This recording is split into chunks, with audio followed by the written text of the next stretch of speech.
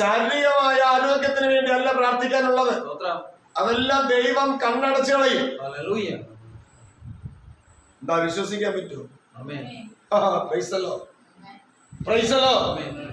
നിങ്ങൾ ആര് വിശ്വസിച്ചാലും ഇല്ലെങ്കിലും, സമൂഹത്തിൽ ആര് വിശ്വസിച്ചാലും ഇല്ലെങ്കിലും, ക്രൈസ്തവരുടെ ഇടയിൽ ആര് വിശ്വസിച്ചാലും ഇല്ലെങ്കിലും എനിക്ക് വിശ്വസിക്കാതിരിക്കാൻ കഴിയില്ല.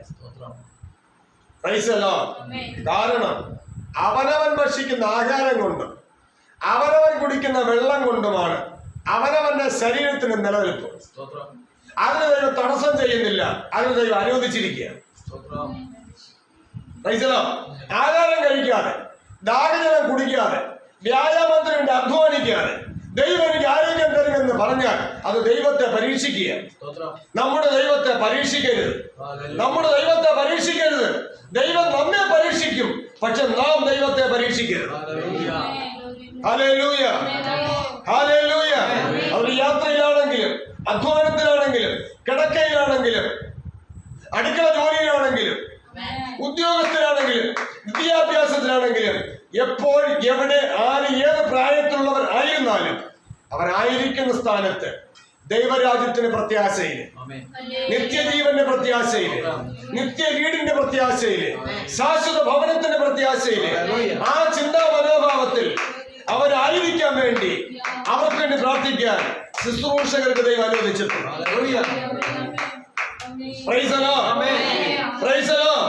ബാധ്യക്കാരത്തെ കുറിച്ച് പറയാമെങ്കിൽ ഇങ്ങനെ പറയാം. പഴഞ്ചൊല്ലി ഇങ്ങനെ പറയുന്നത്, എല്ല് മുറിയെ പണി ചെയ്യണമെങ്കിൽ പല്ല് മുറിയെ തിന്നണം. സ്തോത്രം, സ്തോത്രം. എല്ല് മുറിയെ പണിയെടുക്കണമെങ്കിൽ പല്ല് മുറിയെ തിന്നണം. സ്തോത്രം. എന്നാലും എന്റെ ആരോഗ്യം പണിയെടുക്കാൻ ആരോഗ്യം കിട്ടും. ദൈവ ആരോഗ്യം തന്ന് എന്ന് പറഞ്ഞാല് ദൈവത്തെ പരീക്ഷിക്കുക. ദൈവം തരുന്ന ആരോഗ്യം തീത്തോസ് ലേഖനത്തിലും മറ്റു പല ഭാഗങ്ങളിലും അവ സ്പഷ്ടമായി തെളിവായി ദൃഷ്ടാന്തമായി എഴുതി വെച്ചിരിക്കുക. വിശ്വാസത്തിലും സ്നേഹത്തിലും സഹിഷ്ണുതയിലും ആരോഗ്യം തരുന്ന സർവശക്തനാകുന്ന ദൈവം. ഹല്ലേലൂയ. ആ ദൈവത്തെ സ്തുതിക്കുവാൻ, ആ ദൈവത്തെ മഹത്വപ്പെടുത്തുവാൻ, ആ ദൈവത്തെ പ്രിയം വയ്ക്കുവാൻ, ആ ദൈവത്തിന്റെ വചനത്തിൽ പ്രിയം വയ്ക്കുവാൻ, ആ ദൈവത്തിന്റെ വചനത്തിൽ ബലപ്പെടുവാൻ, നമ്മെ വിളിച്ചിരിക്കുക.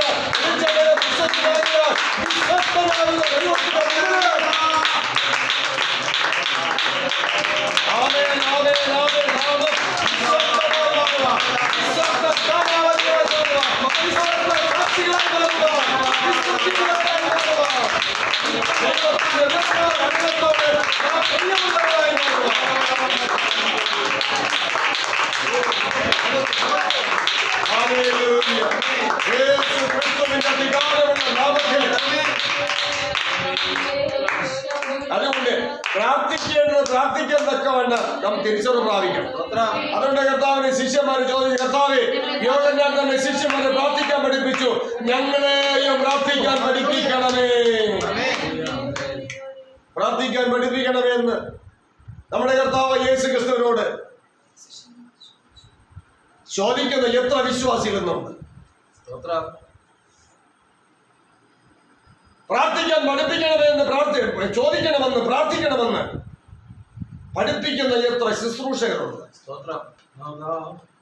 എല്ലാരും പറയും, ഇന്ന സഹോദരൻ പ്രാർത്ഥിക്കും, ഇന്ന സഹോദരി പ്രാർത്ഥിക്കും, അല്ലെങ്കിൽ ആത്മാവ് ഹേമിക്കുന്നവർ പ്രാർത്ഥിക്കും. ഏതാത്മാവ് ഹേമിക്കും? ഏതാത്മാവ് ഹേമിപ്പിക്കും? അല്ല, പ്രാർത്ഥിക്കാൻ പഠിപ്പിക്കുന്ന വകുപ്പ് ഇന്ന് ശുശ്രൂഷകർക്കില്ല, അവർ ഏറ്റെടുത്തിട്ടില്ല. സ്തോത്രം. അതുകൊണ്ട് പ്രാർത്ഥിക്കേണ്ടതെന്ന് ഇവർക്കറിയില്ല. പ്രാർത്ഥന ദൈവം കേട്ടോ എന്ന് ഇവർ വിശ്വസിക്കുന്നു, പക്ഷെ ദൈവം കേട്ടോ ഇല്ലയോ എന്ന് ഇവർക്കറിയില്ല.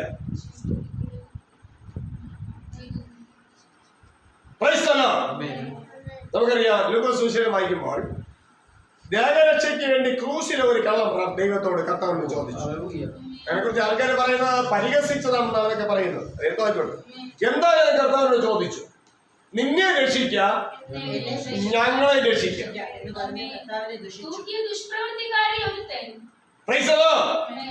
എങ്ങനെ?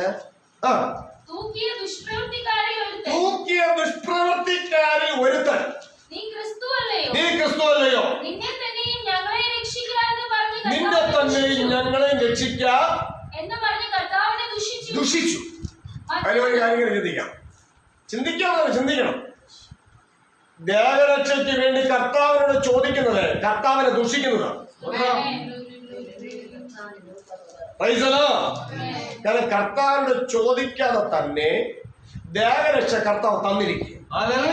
ആ തന്നതിനെ ദുഷ്കാമ പ്രവൃത്തികളിൽ ഏൽപ്പിച്ചു കൊടുത്തിട്ട് വീണ്ടും ദൈവമേ താ താ താ എന്ന് പറഞ്ഞ കർത്താവിനെ ദുഷിക്കുക. എന്താ ശരിയല്ലേ? പാസ്റ്റർമാരാകട്ടെ, അച്ഛന്മാരാകട്ടെ, ബിഷപ്പുമാരാകട്ടെ, ശേഷം ജനമാകട്ടെ, ഞാനാകട്ടെ, ആരും ആകട്ടെ, തന്ന ദൈവം തന്ന ആരോഗ്യത്തെ അക്ഷരമായി പറയാം. സ്തോത്രം. അക്ഷരാർത്ഥത്തിൽ ദൈവം തന്ന ആയുസ്സിനെ ആകട്ടെ, ആരോഗ്യത്തെ ആകട്ടെ, ഒന്ന് സ്വയം ഒന്ന് പരിശോധിച്ചു നോക്ക്. ആർക്ക് വേണ്ടി പ്രയോജനപ്പെടുത്തിയിട്ടുണ്ട്? സ്വാമിവാസം പ്രയോജനപ്പെടുത്തി വെച്ചിട്ട് ഇനി താ താ താ ദൈവത്തെ ദുഷിക്കുക.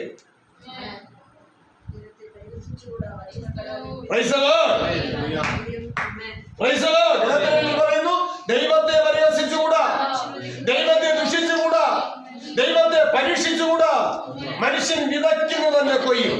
അടുത്ത പറയുന്നു ജഡത്തിൽ വിതയ്ക്കുന്നവൻ ജഡത്തിൽ നാശം കൊയ്യുമ്പോൾ ആത്മാവിൽ വിതയ്ക്കുന്നവനോ ആത്മാവിൽ നിന്ന് നിത്യജീവനെ കൊയ്യും. തിരിച്ചറിവുകളില്ലാതെ യെരൂശലേമെന്നോ സിയോനെന്നോ അവകാശം പ്രാപിക്കാൻ നോക്കിയാൽ ഒരു കാരണവശാലും ഞാനോ നിങ്ങളോ പ്രാപിക്കില്ല. ഞാൻ നിങ്ങൾ മാത്രമല്ല, സർവ്വലോകത്തിലെ ഒരുത്തർക്കും പ്രാപിക്കാൻ കഴിയില്ല. സിയോന്റെ അവകാശം പ്രാപിക്കണമോ? പുതുവാന ഭൂമിയുടെ അവകാശം പ്രാപിക്കണമോ? യെരൂശലേമിന്റെ അവകാശം പ്രാപിക്കണമോ? സ്തോത്രം. പുത്തൻ യെരൂശലേമിന്റെ അവകാശം പ്രാപിക്കണമോ? ചെയ്യേണ്ട കാര്യങ്ങൾ ചെയ്യേണ്ടതുപോലെ ചെയ്യുവാൻ നമ്മുടെ മനസ്സ് പുതുക്കം പ്രാപിക്കണം.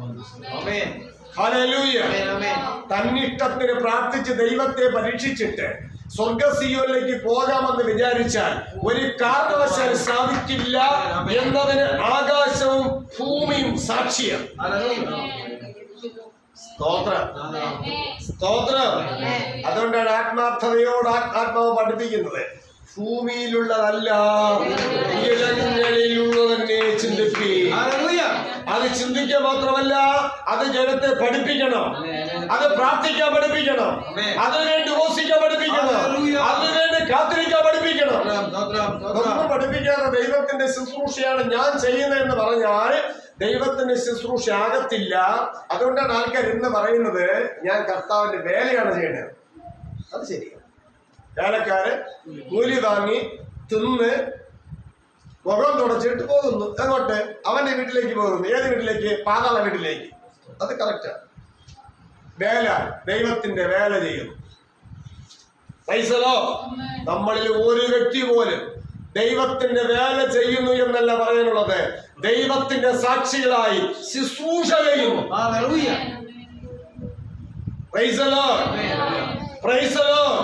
അതാണ് ലൂക്കോസ് സുവിശേഷത്തിൽ വായിക്കുന്നത്. ആമേ ക്രിസ്തുവിന്റെ സാക്ഷികളായി മാറണം. സ്തോത്ര. സാക്ഷികളായി മാറണം. യെശയ്യാ പ്രവചനത്തിൽ പറയുന്നു ദൈവത്തിന്റെ സാക്ഷിയായി മാറണം. വേലയല്ല, സാക്ഷിയായി മാറണം. സാക്ഷിയായി മാറിക്കൊണ്ട് ദൈവം ചെയ്യേണ്ടുന്ന കാര്യം ദൈവം നമ്മളെ വേണ്ടി ചെയ്യിപ്പിക്കണം. സ്തോത്രം. അതിന് യോഗ്യമായ വിധത്തിൽ നമ്മുടെ മനസ്സ് മുതുക്കം പ്രാപിക്കണം. ആ മനസ്സ് മുതുക്കം പ്രാപിച്ച് തക്കവണ്ണം നമ്മൾ പ്രാർത്ഥിക്കണം. ഇവിടെ ഭാഗം ഒരിക്കലും വായിച്ചു മടങ്ങി വരാം. ലൂക്കോസ് സുവിശേഷം. തൂക്കിയ ദുഷ്പ്രവൃത്തിക്കാരിൽ ഒരുത്തൻ നീ ക്രിസ്തു അല്ലയോ? അവനെ ഒരുത്തൻ എന്നാണ് എഴുതിയിരിക്കുന്നത്. കുഴപ്പമില്ല കേട്ടോ. പക്ഷെ അതേസമയം ഈ രക്ഷകനെ അവനെന്ന് പറയുന്ന കുഴപ്പമാണ്.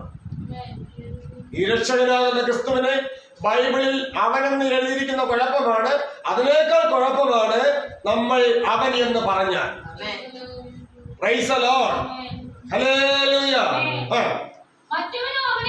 മറ്റവൻ എന്ത് ചെയ്തു?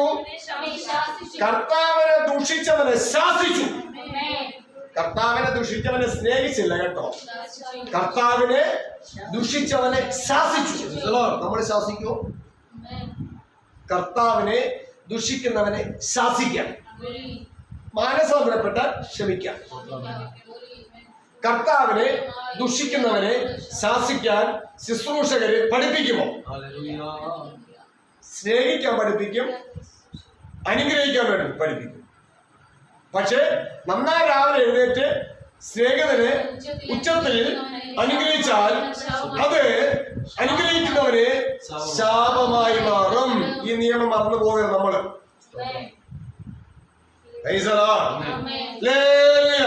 അനുഗ്രഹം അനുഭവിക്കേണ്ടതിന് നിങ്ങൾ വിളിക്കപ്പെട്ടിരിക്കാൻ അനുഗ്രഹിക്കുന്നവരായിരിക്കും. ആര്? ദുഷ്പ്രവർത്തിക്കാരല്ല. ദുഷ്പ്രവർത്തിക്കാരൻ മനം തിരിയാൻ ഉപദേശം കൊടുക്കണം. മനം തിരിഞ്ഞാൽ അവനോട് ക്ഷമിക്കണം. ക്ഷമിച്ചിട്ട് അവനെ അനുഗ്രഹിക്കണം. തോമ്യവാസം നടക്കുന്ന സ്ത്രീകളെയും പുരുഷന്മാരെയും കുഞ്ഞുകുട്ടികളെയും അനുഗ്രഹിച്ച് ദൈവത്തിൽ നിന്ന് അനുഗ്രഹം പ്രാപിക്കാമെന്ന് ഒരു മനുഷ്യനും വിചാരിക്കണ്ട. ഈ നിയമങ്ങൾ നമ്മൾ തിരിച്ചറിയണം. ഇതൊന്നും തിരിച്ചറിയാതെ പ്രാർത്ഥിച്ചാൽ പ്രാർത്ഥന ദൈവം കേൾക്കില്ല. ദൈവത്തിന് ചെവി അടയ്ക്കും. ദൈവം കണ്ണ് മറച്ചു കളയും. നമ്മുടെ ആയുസ്സിൽ, നമ്മുടെ കാലയളവിൽ ഇതെല്ലാം നമ്മൾ തിരിച്ചറിഞ്ഞ് തലമുറയ്ക്ക് പങ്കുവച്ചിട്ട് പോകണം, പകർന്ന് കൊടുത്തിട്ട് പോകണം. നമ്മുടെ പിതാക്കന്മാർ ദൈവത്തിന്റെ നാമത്തിൽ, ദൈവത്തിന്റെ പേരില് അവര് പ്രാർത്ഥിച്ചും ഉപവസിച്ചും ഭൗതിക അനുഗ്രഹങ്ങളെ കുറിച്ച് സാക്ഷ്യം പറഞ്ഞ് അവർ തലമുറകൾക്ക് പകർന്നിട്ട് പോയി. അതുകൊണ്ട് ഈ വ്യാജ സുവിശേഷകന്മാർ പെരുകി. സ്തോത്രം. വ്യാജ സുവിശേഷകന്മാരിൽ നിന്ന് ജനങ്ങൾക്ക്, തലമുറകൾക്ക് വിടുതൽ വേണമോ? നമ്മൾ യഥാർത്ഥമായ സത്യ സുവിശേഷം ഗ്രഹിച്ചറിയാൻ വേണ്ടി പ്രാർത്ഥിക്കണം ദൈവത്തോട്. ദൈവമേ, സത്യ സുവിശേഷം ഗ്രഹിച്ചറിയുവാൻ അങ്ങ് നീ എന്നെ സഹായിക്കണമേ. അങ്ങ് ആകാശത്തെ ഭൂമി ഉണ്ടാക്കിയ ദൈവമാണ്. എന്റെ സഹായം എവിടെ നിന്ന് വരും? ആകാശത്തെ ഭൂമി ഉണ്ടാക്കിയ അവൻ ദൈവത്തിൽ നിന്ന് വരുന്നു. എന്റെ സഹായം ഏത് സഹായം?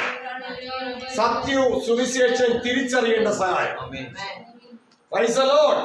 ഭൗതിക അനുഗ്രഹത്തിന്റെ സഹായമല്ല. ഭൗതിക അനുഗ്രഹത്തിന്റെ സഹായം ഈ ലോകത്തിൽ പല ഇടങ്ങളിൽ നിന്ന് വരും. അതൊന്നും നമുക്ക് ബാധകമല്ല. വന്നാൽ അനുഭവിക്കുക, മനസ്സാണെങ്കിൽ. ഇല്ലെങ്കിൽ വേണ്ടെന്ന് വയ്ക്കുക, അത്രയേ ഉള്ളൂ. പക്ഷെ സ്വർഗത്തിലെ സകല ആത്മീയ അനുഗ്രഹവും ആ സഹായം സ്വർഗത്തിൽ നിന്ന് വരുന്നതാണ്. അത് ഈ ലോകത്തിൽ ഒരിടത്തുനിന്നും വരില്ല. ഒരു രാഷ്ട്രീയ പാർട്ടിയിൽ നിന്ന് വരില്ല. ഒരു സന്നദ്ധ സംഘടനയിൽ നിന്ന് വരില്ല. സ്തോത്രം, സ്തോത്രം. അപ്പോൾ വായിക്കുമ്പോൾ മറ്റവനോ അവനെ ശാസിച്ചു, സമശിക്ഷാവിധിയിൽ തന്നെ ആയിട്ടും സമശിക്ഷാവിധിയിൽ തന്നെ നമ്മളായിട്ടും നീ ദൈവത്തെ ഭയപ്പെടുന്നില്ല. ദൈവത്തെ ഭയപ്പെടുന്നവരെ ലോകത്തിലെ കാര്യം പറഞ്ഞ് ദൈവത്തെ ദൂഷിക്കില്ല. ദൈവത്തെ ഭയപ്പെടുന്നവർ ലോകത്തിലെ കാര്യം പറയാനും പോകില്ല ദൈവത്തോട്. ഇതൊക്കെ എന്ന് ശിശുവായിരുന്നാ പോരാ. തത്തമ്മ പൂച്ച പൂച്ച പൂച്ച എന്ന് പറഞ്ഞിരുന്നാ പോരാ. കുഞ്ഞുങ്ങളുടെ കാക്ക കാക്ക കാക്ക എന്ന് പറഞ്ഞിട്ടിരുന്നാ പോരായിരുന്നു. അതിനൊക്കെ ഒരു സമയമുണ്ട്. ആ സമയം കഴിഞ്ഞാൽ അടുത്ത ഗ്രേഡിലേക്ക് മനസ്സ് വയ്ക്കണം, അടുത്ത പദവിയിലേക്ക് മനസ്സെത്തിക്കണം, അടുത്ത നിലയിലേക്ക് കയറണം, അടുത്ത പഴുത് ചവിട്ടി കയറണം. കാരണം കോവണിയായിരിക്കുന്നത് തൂക്കട്ട പോലെ നിർത്തി വെച്ചിരിക്കുന്നത്. കോവണിയിൽ കയറി ചേരണം. അതിന് കാഴ്ചയുടെ ഉറക്കണം. സ്തോത്രം. നരിയാണ് ഉറക്കണം. ദൈവവചനത്താൽ ഉറപ്പ് വരണം. അതുകൊണ്ട് ദേഹരക്ഷയ്ക്കുള്ള അപേക്ഷ ദൈവത്തെ ദുഷിക്കുന്നു എന്നുള്ള കാര്യം നമ്മൾ തിരിച്ചറിയാതെ ഇരിക്കരുത്. വായിക്കാം.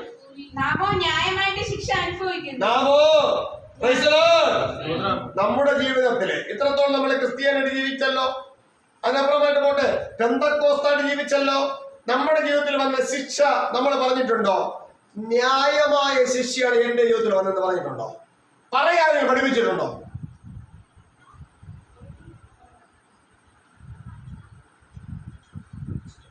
എണ്ണിയ തീരാത്ത ശുശ്രൂഷകരുണ്ടല്ലോ, പഠിപ്പീരുകാരുണ്ടല്ലോ. നമുക്ക് വന്നിരിക്കുന്നത് നമ്മൾ ചെയ്ത ദ്രോഹത്തിന്, അന്യായത്തിന്, അനീതിക്ക്, അധർമ്മത്തിന് യോഗ്യമായ ശിക്ഷയാണ് നമുക്ക് വന്നിരിക്കുന്നത് എന്ന് സഭയിൽ പഠിപ്പിക്കുമോ? പഠിപ്പിക്കാത്തവരുടെ അവിടെ മേൽ വ്യാപരിക്കുന്ന ആത്മാവ് എവിടെ നിന്ന് വന്നു?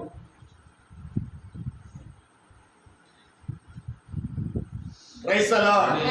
Praise the Lord. വായിക്കാം. നാമോ ന്യായമായിട്ട് ശിക്ഷ അനുഭവിക്കുന്നു. നാം പ്രവർത്തിച്ചതിന് യോഗ്യമായതല്ലയോ കിട്ടുന്നത്? നാം പ്രവർത്തിച്ചതിന് യോഗ്യമായതല്ലയോ എനിക്ക് ലഭിക്കുന്നത്? കർത്താവിനോട് പ്രവർത്തിച്ചാൽ അതിന് യോഗ്യത ലഭിക്കും, കിട്ടൂലേ? കർത്താവിന് വേണ്ടി കർത്താവിന്റെ നാമത്തിൽ പ്രവർത്തിച്ചാലും അതിന് യോഗ്യമായത് ലഭിക്കും. ഒരു സൈഡ് പഴയും ദൂഷിയും നിന്നേ വരുമ്പോൾ മനസ്സിന് സ്വർഗീയ മാന്യത ലഭിക്കും. സ്തോത്രം. പഴയ ദൂഷ്യം വരുമ്പോൾ പ്രയാസം കേട്ടിട്ടോ ഉപദേശം വിട്ട് മാറിയിട്ടോ കാര്യമില്ല. ഉപദേശത്തോട് ചേർന്ന് പറ്റിച്ചേർന്നിരിക്കണം. കാരണം മാനസാന്തരത്തിൽ വന്നതുകൊണ്ട്, ഉപദേശം കൈക്കൊണ്ടത് കൊണ്ട്, ഉപദേശം ഏറ്റു പറയുന്നത് കൊണ്ട്, ആ സത്യത്തിന് സാക്ഷിയായ മനസ്സ് പുതുക്കുന്നത് കൊണ്ടാണ് ആ പഴി വന്നത്. അത് ന്യായമാണ്. അത് കർത്താവ് മുന്നറിയിപ്പായി പറഞ്ഞിട്ടുണ്ട്, വരും എന്ന് പറഞ്ഞിട്ടുണ്ട്. ഇത് നിമിത്തം വീട്ടുകാരൻ എന്റെ ശത്രുവാകും. അത് ന്യായമായതാ. അയ്യോ ഇത് പിശാചാണ് എന്ന് പറഞ്ഞിട്ട് കാര്യമൊന്നുമില്ല. ഇവിടെ അനേകം പറയാറുണ്ട്, അനേക കുടുംബങ്ങളിൽ പ്രശ്നം ഉണ്ടാകും, അത് പിശാച് കളിക്കുകയാണ്. ഇല്ല, ന്യായമായ ശിക്ഷയാണ്. Praise the Lord. എന്റെ ജീവിതത്തിലായാലും നിങ്ങളുടെ ജീവിതത്തിലായാലും ആരുടെ ജീവിതത്തിലായാലും ആ ദൈവത്തിന്റെ നാമത്തെ ഉൾക്കൊണ്ട ഒരു വ്യക്തിയുടെ ജീവിതത്തിൽ, അവരുടെ വീട്ടിലായാലും അവരുടെ ജീവിതത്തിലായാലും എന്ത് പ്രതികൂലം വന്നാലും ഓർക്കണമേ, അതിനൊരു ന്യായമുണ്ട്. പിശാചിനെ തലയ്ക്ക് വെച്ച് തടിതപ്പമെന്ന് വിചാരിക്കണ്ട. Praise the Lord. Praise the Lord. പിശാചിനെ തലയ്ക്ക് വെച്ച് പിശാചിനെ ശിക്ഷ വാങ്ങിച്ച് കൊടുക്കാമെന്ന് വിചാരിക്കണ്ട. അത് പ്രാർത്ഥിച്ചെന്ന് പറഞ്ഞാൽ മാറില്ല. ദൈവജനത്തിലേക്ക് ദൃഷ്ടി വെച്ച് കണ്ണുവെച്ച് പ്രാർത്ഥിക്കണം ദൈവത്തോട്. ഹല്ലേലൂയ. ഇത് മാറാൻ വേണ്ടിയില്ല, വചനത്തിൽ സഹിച്ച് നിൽക്കാൻ വേണ്ടി. സ്തോത്രം. വീട്ടിലുള്ള മാനസാന്തരപ്പെട്ട ശത്രുത്വം മാറും. മാനസാന്തരപ്പെട്ടില്ലെങ്കിൽ നമ്മുടെ വേർപാട് വരെ ആ ശത്രുത്വം കാണും. ഒന്നുകിൽ നമ്മുടെ വേർപാട് അല്ലെങ്കിൽ അവരുടെ വേർപാട്, ശത്രുത്വം ഉണ്ടായിരിക്കും. ഒരു സംശയമില്ല. അത് പിശാചാണ്, ശൂലമാണെന്ന് പറയേണ്ട കാര്യമൊന്നുമില്ല. സ്തോത്രം. സ്തോത്രം. സ്തോത്രം. അത് ശൂലാണ് പറയണമെങ്കിൽ അത് പിശാചിന് ഇരടയ്ക്ക് എന്ന് പറയും. ഒരാള് പറഞ്ഞു സ്തോത്രം. അത് സാത്താന്റെ അല്ല, അത് ശൂലമാണ്. ശൂലാണെങ്കിൽ പിന്നെ സാത്താന്റെ ദൂതനാണെന്ന് പറയണത് പറയോ? ശൂലമാണ് നിങ്ങൾ വിശ്വസിക്കണമെങ്കിൽ ആ വ്യക്തിയെ കുറിച്ച് പറയണം, അത് സാത്താന്റെ ദൂതനാണെന്ന് പറയണം. പറയാൻ പറ്റുമോ? അത് പറ്റില്ല. അത് പറ്റില്ലെങ്കിൽ ശൂലം എന്ന് പറയരുത്. അപ്പൊ കർത്താവിന്റെ നാമനിമിത്തം വീട്ടിനകത്ത് ശത്രുത്വം ഉണ്ടായാലും അത് ന്യായമായ സംഭവമാണ്. അതിന് അന്യായമായ സംഭവം അല്ല. അതിന് പിശാചിന്റെ പ്രവൃത്തി അല്ല. അത് ദൈവത്താൽ സംഭവിക്കുന്ന കാര്യം. എന്താ കാര്യം? അവർ മാനസാന്തരപ്പെടാത്ത കാര്യം. ഒന്നുകിൽ അവര് അല്ലെങ്കിൽ നമ്മൾ വേർപെടുന്നത് വരെ ആ പ്രശ്നം ഉണ്ടായി. ഒന്നുകിൽ വേർപെടണം അല്ലെങ്കിൽ മനം തിരിയണം. സ്തോത്രം. എല്ലാവരും ക്രിസ്തുവിൽ ഒന്ന് തന്നെ സംസാരിക്കും. എന്നാൽ ആ വീട്ടിനകത്ത് ഒരു ശത്രുത്വം ഇല്ല. ഒന്നിനെ സംസാരിക്കാൻ പറ്റില്ലയോ?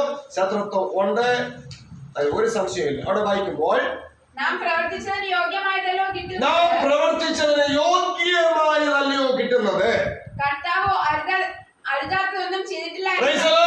കർത്താവോ അരുതാത്തത് ഒന്നും ചെയ്തിട്ടില്ല എന്ന് പറഞ്ഞു. Praise the Lord. നമ്മളും പറയും കർത്താവ് അരുതാത്തത് ഒന്നും ചെയ്തിട്ടില്ല എന്ന് പറഞ്ഞ് നമ്മൾ പറയും കർത്താവെ എന്നെ സൗഖ്യമാക്കണമേ, വിടിവിക്കണം എന്ന് പറയും. പക്ഷെ ആ മനുഷ്യൻ പറഞ്ഞത് കർത്താവ് അരുതാത്തത് ഒന്നും ചെയ്തിട്ടില്ല. എന്നിട്ട് പറഞ്ഞത് പിന്നെ അവൻ കർത്താവേ അങ്ങ് രാജ്യത്വം പ്രാപിച്ചു വരുമ്പോൾ എന്നെ ഓർത്തുകൊള്ളണമേ എന്ന് പറഞ്ഞു. Praise the Lord. അല്ല, എന്നെ താഴെ ഇറക്കണമെന്നല്ല പറഞ്ഞത്, ക്രൂശിൽ നിന്ന് വിടുവിക്കണം എന്നല്ല പറയാം. നമ്മളെന്ത് പറയും?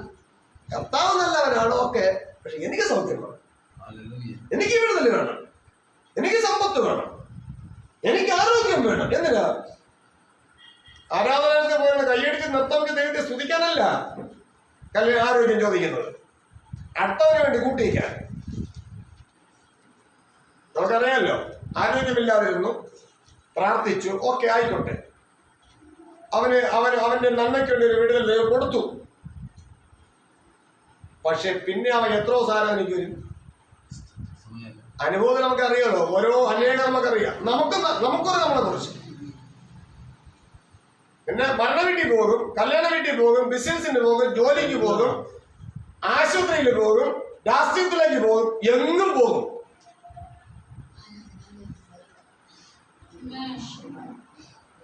ഇടയ്ക്കിടയ്ക്ക് ദൈവം വിടുവിച്ചെന്ന് സാക്ഷ്യം പറയും. സ്തോത്രം. ദൈവത്തിന് മനുഷ്യന്റെ കളിയെല്ലാം അറിയാം. ദൈവം അറിഞ്ഞു വെച്ചിട്ട് കൊടുക്കേണ്ടത് കൊടുക്കും. അതുകൊണ്ട് ദൈവത്തോട് ചോദിക്കുന്നവള് സൂക്ഷിച്ച് ചോദിച്ചില്ലെങ്കിൽ പ്രാണന് ക്ഷയം വായിക്കാം.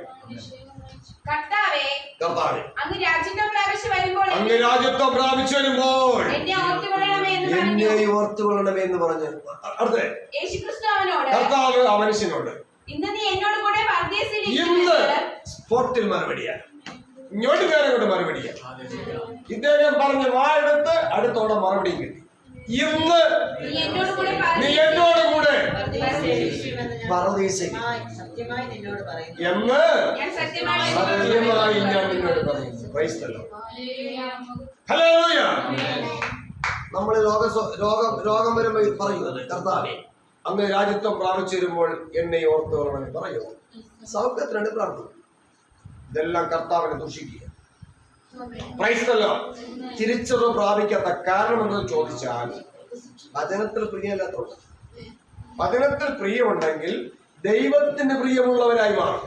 ദൈവത്തിന് പ്രിയമുള്ളവരായി മാറിയാൽ ദൈവത്തിന് പ്രിയമുള്ളവർ വിടിവിക്കപ്പെടേണ്ടതിന് ദൈവം തന്റെ വലങ്കൈ കൊണ്ട് രക്ഷിച്ച് അവന് ഉത്തരം പറയാ. ഉത്തരം എന്നോട് കിട്ടിയത്. ആ ഉത്തരമാണ് ഇവിടെ പറഞ്ഞത്, എന്നോടുകൂടെ പ്രതീക്ഷയിലിരിക്കും. നമുക്ക് സ്വർഗത്ത് പോകണം. മനുഷ്യ ഒന്നാമത് പരീക്ഷയിൽ പോ. സ്വർഗത്തിൽ പോകുന്നതും യെരുശലേമിന് പോകുന്നതും സിയോന്റെ അവകാശം അതൊക്കെ പിന്നത്തെ കാര്യം. ഞാൻ പർദീസിൽ അഭയം തേട്.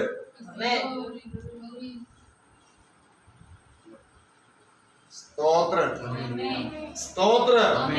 ഇരുന്നിട്ട് കാലം നീട്ടുന്നേ. ആദ്യം എത്തേണ്ടടുത്ത് ആദ്യം 10ാം ക്ലാസ് പാസ്സായി, +1 +2 പാസ്സായി, അടുത്ത ബാക്കി പാസ്സായിട്ടെല്ലാം പാസ്സായി സർട്ടിഫിക്കറ്റ് വാങ്ങിച്ച് വെച്ചോണ്ട് MBBSന് പോ. 10ാം ക്ലാസ്സിൽ ആകേണ്ടത് MBBSന് പോകണമെന്ന് ചാടിക്കൊണ്ട് നല്ല കാര്യമുണ്ടോ?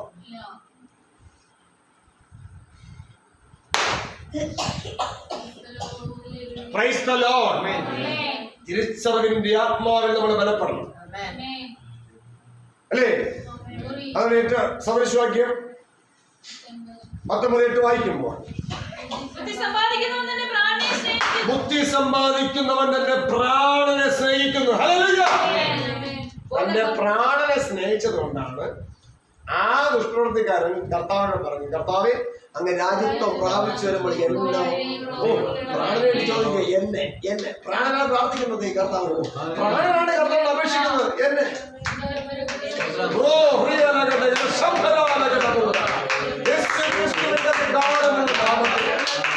അങ്ങ് രാജ്യത്വം പ്രാപിച്ചു വരുമ്പോൾ എന്നെ ഓർത്തുകൊള്ളണമേ എന്ന് പറയുക മാത്രമല്ല, അത് പറയണമെങ്കിൽ ഭൗതിക കാര്യങ്ങൾ ചോദിച്ച് കർത്താവിനെ ദുഷിക്കുന്നവരെ ഒന്നാമത് ശാസിച്ചിട്ട് ഇത് ചോദിക്കണം. അല്ല ചുമ്മാ പോയിരുന്ന് കർത്താവ് അങ്ങ് രാജ്യത്വം പ്രാപിച്ചു വരുമ്പോൾ എന്നെ ഓർത്തുകൊള്ളണം എന്ന് പ്രാർത്ഥിച്ച കർത്താവ് അംഗീകരിക്കില്ല.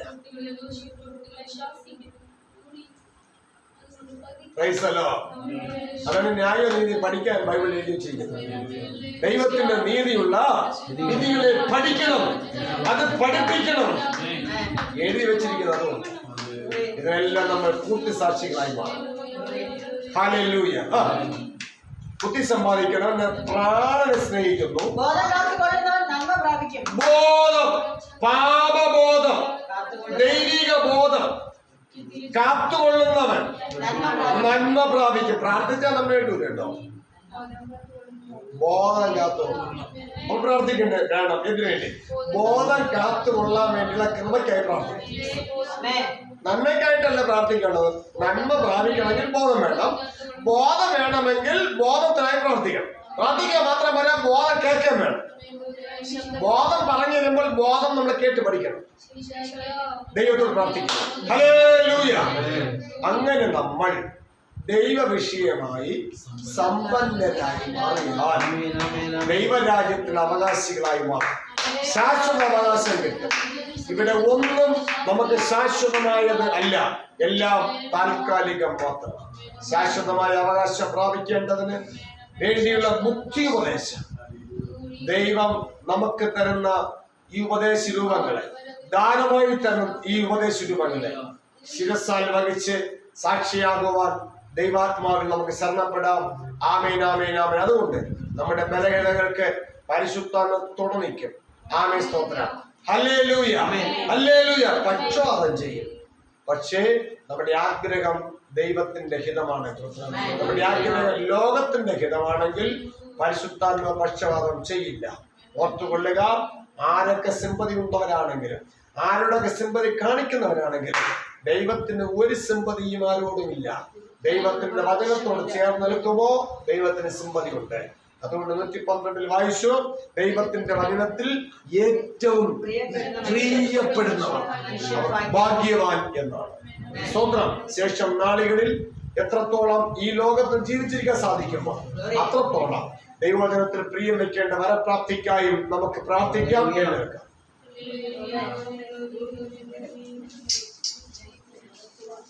Hallelujah, hallelujah, hallelujah. യേശു ക്രിസ്തുവിന്റെ അധികാരമുള്ള നാമത്തിൽ ഞാനൊരു ശുശ്രൂഷകനാണ്, ഞാനൊരു പാസ്റ്ററാണ്, ഞാനൊരു സെൻട്രൽ പാസ്റ്ററാണ്, ഞാൻ ഇത്ര പേർക്ക് അധിപതിയാണ്, ഇത്ര സഭകൾ എനിക്കുണ്ട്. ഇതൊന്നും ദൈവത്തിന് വിഷയമുള്ള കാര്യമേ അല്ല. ബുദ്ധി സമ്പാദിച്ചിട്ടുണ്ടോ? നീ പ്രാണനെ സൂക്ഷിക്കുന്നു. ബുദ്ധി സമ്പാദിച്ചില്ലയോ? നീ പ്രാണനെ സൂക്ഷിക്കുന്നില്ല. ആമീൻ, ആമീൻ. ഈ നാളുകളിൽ നമ്മൾ എങ്ങനെയുള്ളവരാണ്? നമ്മളെ ശോധന ചെയ്യണം.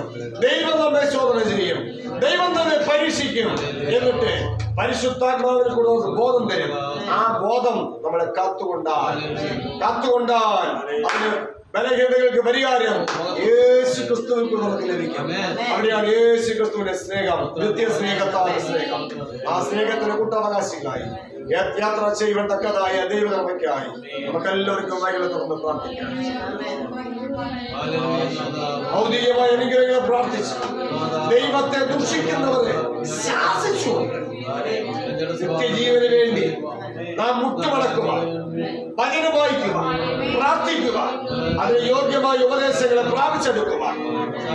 നമുക്ക് ലഭിക്കേണ്ടിയിരിക്കുന്ന കൃപാബലങ്ങൾ ഈ നാളുകളിൽ ഉമന്നുകളയാതെ പ്രാപിച്ചെടുക്കുവാൻ നമുക്കെല്ലാവർക്കും സമർപ്പിച്ച് പ്രാർത്ഥിക്കാം. അധികാരമുള്ള യേശു ക്രിസ്തുവിന്റെ നാമത്തിൽ ക്രിസ്തുവിന്റെ മഹിമകണ്ട സാക്ഷികളാണ്. Hallelujah, hallelujah, hallelujah. യേശു ക്രിസ്തു മുഖാന്തരം പിതാവാ ദൈവം നമ്മുടെ പ്രാർത്ഥന കേൾക്കണമോ? പരിശുദ്ധാത്മാവ് നമുക്ക് വേണ്ടി പക്ഷപാതം ചെയ്യണം. പരിശുദ്ധാത്മാവ് നോക്കേണ്ട പക്ഷപാതം ചെയ്യണമെങ്കിൽ പാപത്തെ കുറിച്ച് ബോധം തരുമ്പോൾ ഉൾക്കൊള്ളണമെങ്കിൽ ദൈവവചനത്തിൽ പ്രിയം വേണം. Praise the Lord. അവരെ മാത്രമേ ദൈവം വിടുവിക്കത്തുള്ളൂ. അവർക്ക് വേണ്ടിയാണ് യേശു ക്രിസ്തുവിനെ ഭൂമിയിലേക്ക് അയച്ചത്. ആ പാപികളെ തേടിയാണ് യേശു ക്രിസ്തു വന്നത്. നീതിമാന്മാരെന്ന് പറയുന്ന 99 പേരെ തേടിയല്ല, മാനസാന്തരപ്പെടുന്ന ഒരു പാപിയെ തേടിയാണ് വന്നത്. ആ പാപികളിൽ ഞാൻ ഒന്നാമനെന്ന് തിരുവചനത്തിൽ കൂടി ഞാൻ എന്നെ തന്നെ പഠിച്ച് ഗ്രഹിച്ച് എന്നെ സമർപ്പിച്ച് ദൈവസന്നിധിയിൽ എന്നെ തന്നെ ഒരു കുറുംപ്രാവാണ് പിളർന്ന് കാണിക്കണം, യാഗമായി സമർപ്പിക്കണം. അതിന് തീ എവിടെ? ആ മകൻ ചോദിക്കുമ്പോൾ ദൈവം കരുതിക്കൊള്ളില്ല. Praise the Lord. ആ തീ ദൈവത്തിന്റെ വചനം. ആ തീയിൽ നാം യാഗമായി അതിനായി നമുക്കെല്ലാവരും കേൾപ്പിക്കപ്പെട്ട ഓരോ വാക്കുകൾ, ഓരോ വചനങ്ങളും നമ്മുടെ ജീവിതത്തിൽ ഒരുപക്ഷെ മാനുഷ്യ ബുദ്ധിയിൽ അത് ഗ്രഹിച്ചറിയാൻ സാധിക്കുന്നത് ആയിരിക്കത്തില്ല. പക്ഷേ നമ്മൾ വിമർശിക്കാതിരുന്നാൽ ദൈവത്തിന്റെ പ്രവൃത്തി വെളിപ്പെടും. സാത്താന്റെ പ്രവൃത്തി അഴിയും. ദൈവത്തിന്റെ സാന്നിധ്യം വെളിപ്പെടും. മാനുഷ്യ സാന്നിധ്യം ഒഴിഞ്ഞു മാറും. ആയതിനാൽ നമുക്കെല്ലാവർക്കും സമർപ്പിക്കാം.